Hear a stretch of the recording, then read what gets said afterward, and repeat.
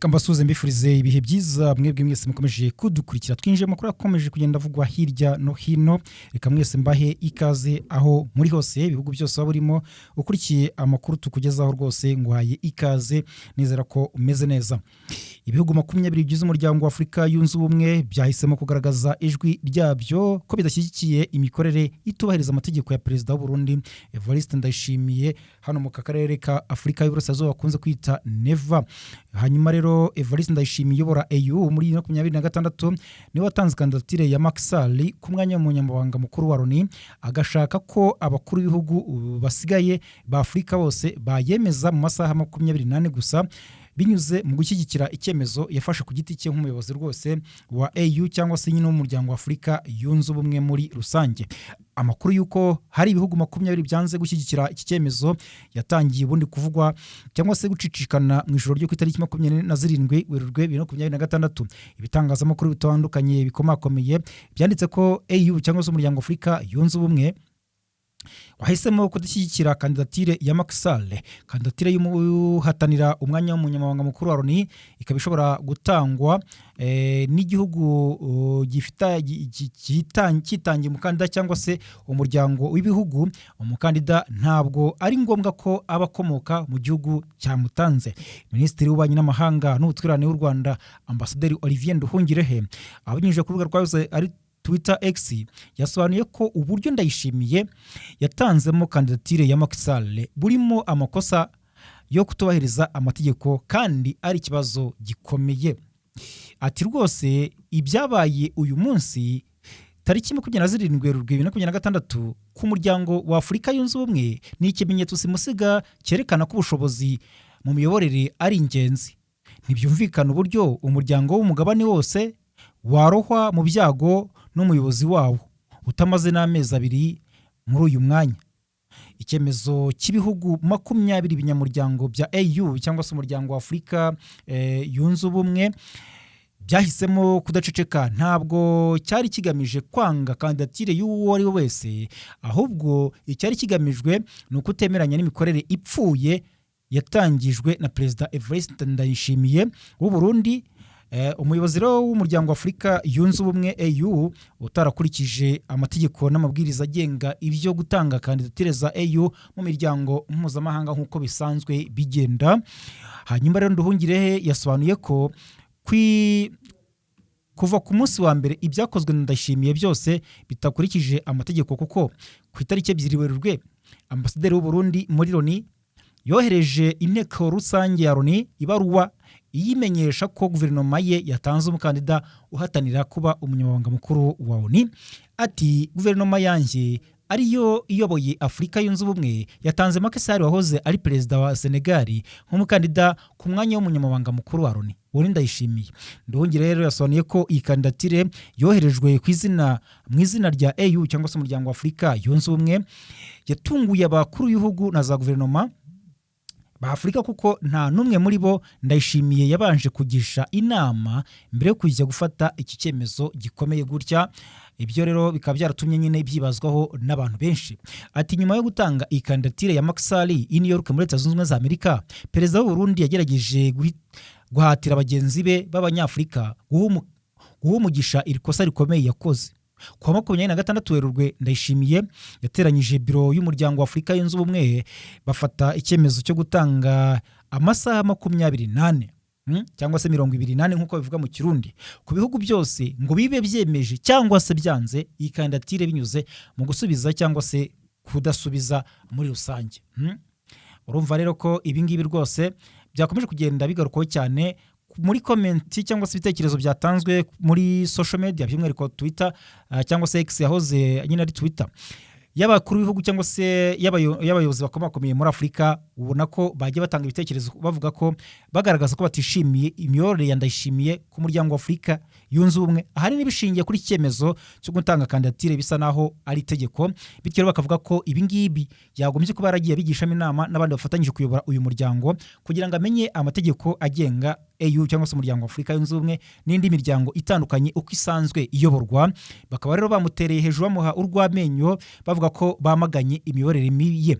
Hanyuma ibihugu bigera muri 20 byose ku ikubitiro uhereye kuri Senegal bikaba byagiye byamagana ko Ndayishimiye yatanga kandidatire wenyine itabanje kugishwamo kugirwaho inama n'abantu batandukanye by'umwihariko ibihugu bya Afurika.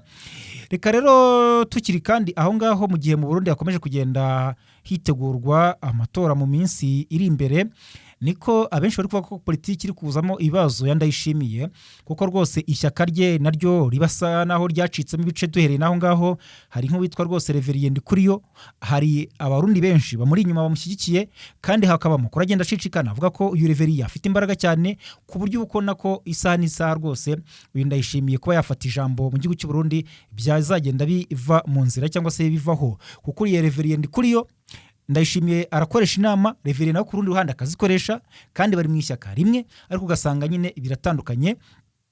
Uyu rero umunyamabanga mukuru muri CNDD-FDD akaba akomeje kugenda agaragaza ko afite imbaraga kuri Perezida Ndayishimiye. Abenshi bakavuga ko mu gihe amatora yegereje rwose Ndayishimiye ashobora kuzisanga yabiranduwe, ndetse hari n'abazanamo akantu bavuga bati ubwo na General Alegiyome Bunyoni yavuye muri gereza afunguwe rwose nawe yabagiye kugaruka mu mukino wa politike, kandi ko uyu mugabo afite imbaraga zikomeye cyane. Abamukurikiraga cyangwa se abamwibuka mbere yuko afungwa barabizi neza ko nawe byavugaga ko afite imbaraga, ku buryo hari n'abavugaga ko afite abayoboke baruta n'abaperezida Ndayishimiye, ndetse akaba afite n'amafaranga menshi. Bya bindi abanyarwanda bavuga ngo ni umufungo, afite amafaranga rwose, amazu n'amazu hirya hariya mu mujyi wa Bujumbura n'andi atandukanye. Bityo rero nawe bakavuga bati kuba yaje ashobora kunga ubumwe na Reverien Ndikuriyo, ugasanga Perezida Ndayishimiye yisanze yabiranduwe. Rero biravuga ko muri iyi minsi hari kugenda haba inama za hato na hato zirimo abatavuga rumwe na Ndayishimiye cyangwa se n'abandi batari kwemeranya muri iyi minsi, harimo nabo mu ishyaka rye CNDD-FDD, harimo n'uyu nguyu Reverien Ndikuriyo. Bakubakira rero no kuba ibikorwa bya Ndayishimiye bimaze iminsi binengwa, birimo kohereza ingabo muri Kongo, hakaba hari ababyemera yego, ariko harimo nyine na bamwe batabyemera, bityo ugasanga byose biragenda bizamura politiki cyangwa se bishyira politiki ye ahantu twavuga ko atari heza.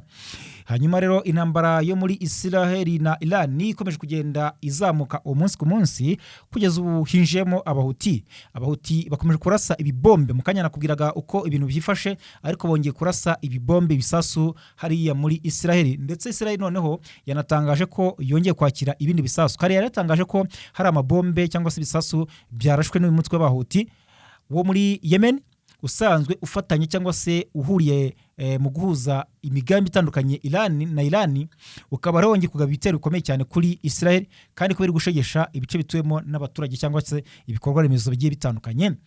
Aha rero bikiyongera ubukana bw'intambara, bukiyongera ku byatangajwe na Perezida wa Amerika Donald Trump, aho yavuze yuko Cuba ari igiye kongera kwibasirwa nyuma yuko bibasiye Iran, ikagabwaho ibitero bya hato na hato rwose, kuko Iran Amerika yavuze ko yubase igisirikare kandi gikomeye cyane, ko nta magambo menshi bafite yo kuvuga, ahubwo ko igomba gukurikiraho ari ibikorwa nk'uko byatangajwe na Perezida Trump.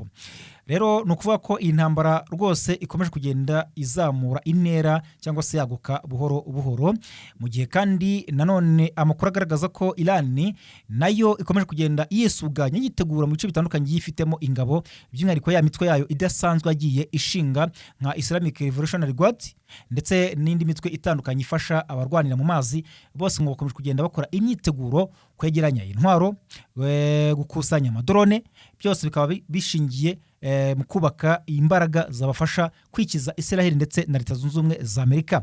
Amerika kandi nayo tayari yamaze kugenda yohereza ingabo nyinshi mu burasirazuba bwo hagati, ndetse ziherekejwe n'ibikoresho cyangwa se ibirwanisho bidasanzwe, harimo amato y'intambara, harimo misile ziremereye cyane, za zindi zirasa mu ntera ndende, zinafite degré Celsius iri hejuru cyane. Iyo tuvuze degré Celsius ni ukuvuga ngo ni za misile bashobora kurasa ahantu umuntu rwose uri hafi yayo kongera guhumeka bikaba byari ari ikibazo gikomeye cyane, cyangwa se niyo batamurasaho akaba ari hafi aho ngaho, kugira ngo ubushyuhe bwayo abwihanganire bikaba byagorana cyane, akaba yakicwa n'ubushyuhe bw'iyo misile gusa kuba yarashwe hafi yaho aherereye.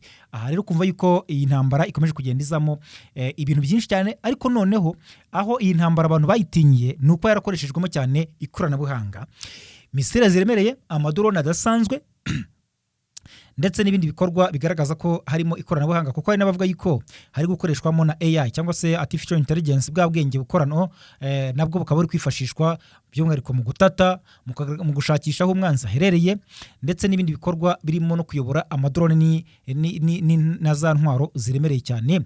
Reka rero nshimire buri umwe wese ukurikiye aya makuru, mukomeze kugira ibihe byiza, mukore subscribe, mukande like, mukande share, ubundi dukomeze kugenda tubagezaho amakuru agiye atandukanye kuri uyu muyoboro.